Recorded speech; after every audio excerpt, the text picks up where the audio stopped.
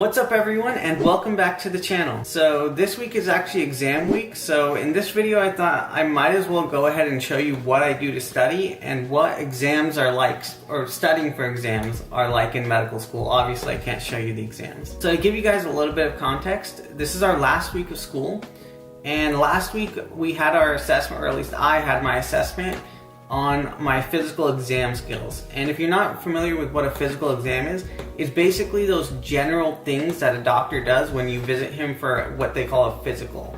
So like the reflex hammer and checking your heart and all that stuff, that's basically a physical exam. And throughout our first year we learned all those techniques, and last week I was just tested on performing a full physical exam and a full history taking. And what's funny about it is our exam was actually recorded. So me going in and talking to a patient and getting the history and doing the physical, we actually get to go back and look at the video recording of what exactly we did, which is pretty cool. It's a little cringy to see yourself being like a novice doctor, but other than that, it's really cool, and it does help you improve on the physical exam maneuvers because some of them are really hard to do. One of the things I used to study for the physical exam was, I'll try to show you it if it captures in the camera, but it's this physical exam book that it's made specifically by Yale, and it goes over some of the anatomy, it goes over what you're doing and why you need to do it, which is really important, like why you're checking a certain area of the heart, like what it tells you when you hear certain things. And then it gives you the exact maneuvers that you should be performing, and some more complicated stuff. And the other thing that I used to study for this physical exam assessment was this series of videos by Bates, like Bates Video Examinations. I'm not sure about the exact name, but basically these videos that go over some doctor performing each of the techniques on a patient, so you can actually see what it looks like. And for physical exam maneuvers, I actually really recommend looking at videos, because you don't exactly know what you're doing from reading, but when you see it in video, it just becomes so much clearer and it's so much simpler. And I guess the most important thing for studying for the physical exam is just practice. Over and over, you have to go through the maneuvers, you have to time yourself, you have to gauge how you're doing the techniques, and if you have to actually pay attention to if you're hearing what you need to hear, if you're hearing the correct lung sounds, and how that's different from when you hear other sounds in the abdomen. So just practice is honestly the best way to get better at doing the physical exam. So the physical exam was, I'd say, the first part of this finals week studying. So that was actually last week, last Friday. And so I've already done that, I've passed it, and it's out of the way. So now currently I'm studying for my actual exam. So what I'm studying is gastrointestinal system, the liver, and the endocrine system.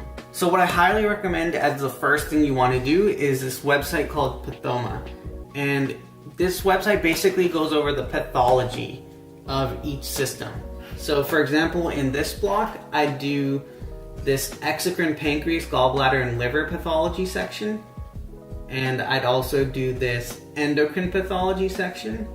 And so the endocrine pathology is 90 minutes, as you can see. And the exocrine pancreas section is 65 minutes. And the third section I do was this GI, gastrointestinal pathology, which is 157 minutes. So you can kind of see how long it would take me. Usually I like to watch these at 1.5 or 2 times speed, so it makes it a little faster. But so this usually takes a couple hours, and it's the first thing that I highly, highly recommend. And this might actually take a little longer because a lot of the time I like pausing and reading things and going back. When using Pathoma, you would think maybe I should take really detailed notes. And you can do that. But what I like to do is I don't really take notes, I just re-watch them, and I use these pre-made notes. So when you buy the video series, it also comes free with the book. And the book basically has what's in the videos condensed into like outline form. So I just use this to study as pre-made notes, which is really helpful, and it has pictures and stuff. They're like pre-made notes with some pictures here and there. Yeah. So that's what I'm working on right now. I'll check back in with you soon.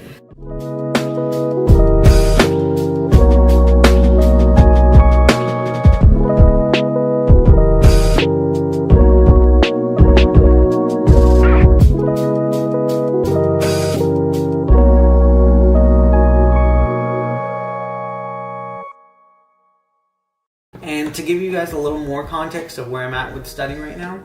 So like I said, I took the physical exam thing last week, got that over with, got the results, I passed. And so now I'm starting on, well, I've already started on studying for the GI and endocrine system. So I've been studying for a couple of days. I've been sleeping for about 4 hours each. Now as we get closer to the exam, I think I'm going to probably just sleep on an as needed basis, which probably means like 0 to 2 hours. Yeah, usually the day before my exam, which is now, it's basically a really hard stretch with barely any breaks other than video taking, because the reason I'm also taking the video now rather than my past exams, I'm feeling a little more confident about this section and it doesn't seem as difficult as like our past sections. So I think I have a little more leeway. So a lot of the resources that I use to study are not specifically given to me by Yale. But what I do like to look at the workshop handouts and the lecture notes just to get a better sense of what I need to know in terms of classroom-wise for this material. So these workshop handouts are for these workshops that we have where we're in small groups and we go over these cases or specific examples of things like constipation and a patient with constipation. And so we just go over the material, like the content, with specific examples and in more detail, which I think is pretty helpful. I don't want to linger on these for too long, but I'm just going to give these an overview. And so the next thing I'm going to do is, it's not going to be an in-depth studying, but just to go over the material really quickly, I like to use this first aid book. And in this book, it's basically all of medical school condensed into one book. And so I don't go over this too thoroughly, but I do like to make a quick pass over it to go over the most important information for this section. So I'm going to do that right now for probably a couple hours.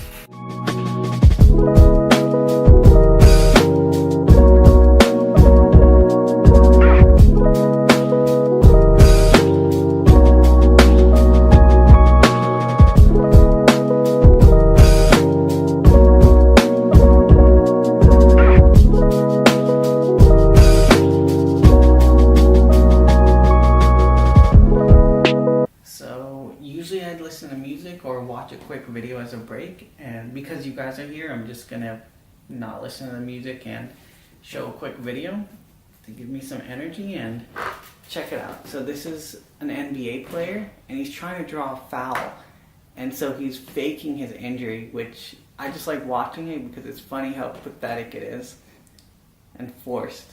So this guy's like, literally no one's touching him and he acts like he got flown halfway across the screen. So I either like watching something like funny, or if I'm in the mood, motivational. Like it really depends on what I want to watch to give me some energy. So right now I was feeling like watching something funny, just like wake me up. And there you go. So that was my break. Keep it short and sweet and get back to work. Thinking of if I should go to sleep now because it's getting really late and then wake up early tomorrow, or I should keep studying later into the night and then sleep for like an hour or two and then wake up at like 10 and study. Or should I just not sleep and keep studying? As it's getting late, I think I'm gonna end the video. So I'll just tell you what I'm gonna do, and then I'm just gonna do that and take the exam, and maybe I'll update you after the exam, maybe not though. So one of the last things I like to do before actually doing my exam is going through these practice questions to simulate what the exam is like. And so every week we're given these quizzes, and so I'm just going over all the quizzes. I've already done them. I'm just going over the quizzes and reading the answer choices, so I can better understand why each answer was correct. So like, if someone there's like a case study here for like, this person has jaundice, or this person has like suspected hepatitis. Do you think it's hep A, B, or C, and then why?